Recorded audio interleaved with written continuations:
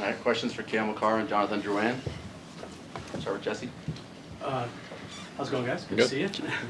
Jonathan, we get the deal done to stay here in Colorado.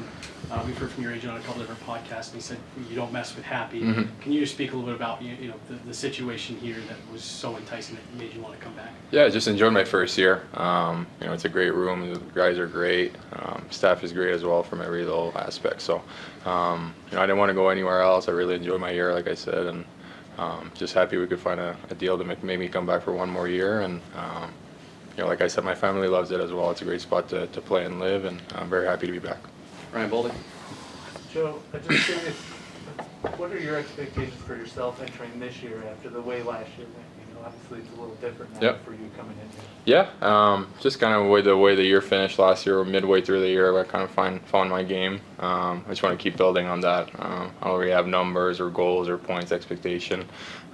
Just to get better every day. I know it's a cliche, but kind of build on what I did at the end of last year. Colleen.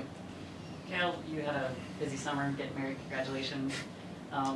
Did you do anything different this summer for your conditioning and kind of how you're getting prepared for the season? Yeah, I mean, sorry, first off, before your question, I just want to obviously send my condolences to the whole Gaudreau family. I don't know if Nate or Taser said that before, but obviously a very tough loss for the hockey community. And it was growing up in Calgary and being a Flames fan before I was drafted to the Avs, and watching Johnny play for them before was pretty special, and just to see the energy that he brought that city. So definitely a tough loss, so just want to send my condolences to them. And then in terms of that question, it was obviously a little bit different summer, but overall there was nothing different in terms of just training conditioning wise, just prepping myself the same way. Just a couple extra weekends in different locations, but yeah. Go Troy, then Megan. Cale, Coach Bednar said that regarding Val, there needs to be forgiveness, and that he would be welcome back with open arms. Is there anything, and I ask you, Jonathan, as well, anything you would need to hear as players from him to welcome back with open arms?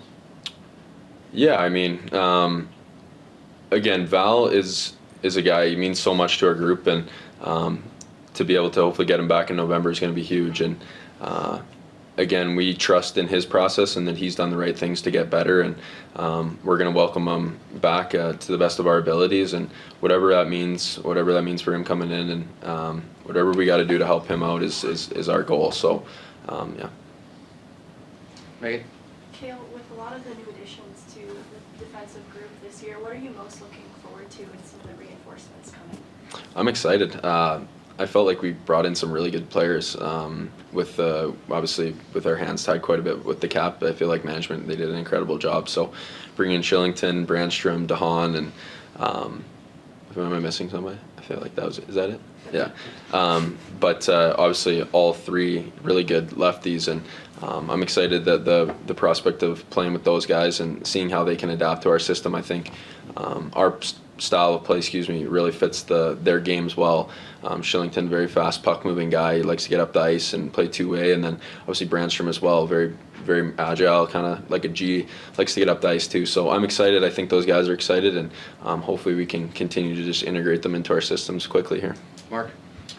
This is for Cale. Another Val question. Given how the last 3 seasons have played out, can you win the Cup without Val? Yeah, I think it's tough when you look at it like that. Like, obviously he's a huge piece of our team, but at the same time, I'd like to think if you remove myself, remove Nate, this group's still got a really good shot at going all the way. So I don't look at it as something as our team's absolutely doomed if you remove a specific guy. I think we have the key pieces all around the lineup to be able to compete. So it just definitely makes it more challenging when you have guys like that eat minutes, and you lose them at key points. But again, he's somebody that's got seeked help and he's getting it. So hopefully we wish him the best and excited to get him back in November. A few last ones, Evan. Gabe said about a month ago that this is for you, that it's not a matter of if, it's more when he comes back. Having been around his rehab the last several months, do you guys start to feel optimistic that you guys are going to get your captain back? Yeah, obviously Cale has seen Gabe rehab a little longer than me, but just seeing him on the ice, the way he's skating and progressing, that's very good to see for us. Obviously, Gabe's the leader of that room. He's the captain, and you could feel it when he walks in the room. He's got that presence, and just to have him around, even last year, having him around is good.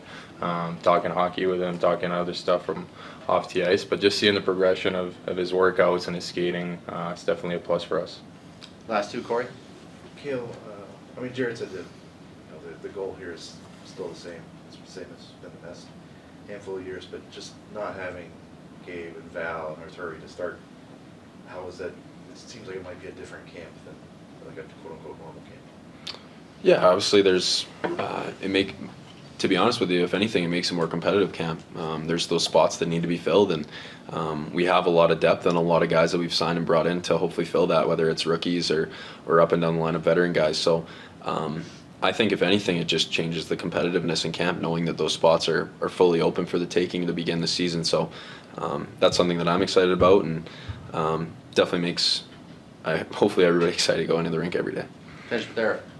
For Jonathan, I was going to follow up on that Gabe question. Yeah. What is your relationship with a player like that who's got the C on his sweater, but you've never played with him as a teammate? Yeah, he's still around. Obviously, you don't see him on the ice or on the bench, but Gabe's around after every game for practices, after practices. Obviously, I got hurt with my injury. It was kind of a similar cut, and it was nice to have Gabe around, definitely for that, and just a mental aspect of talking about that injury. And but I think just for the group, it's not like Gabe's not there. Gabe's is right there. He's working out. He's skating.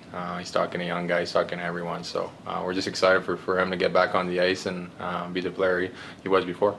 Okay, thank you, everyone. Appreciate it. Sorry, Thank you tomorrow. Thank you. Thanks, Brandon. Thank you, Greg.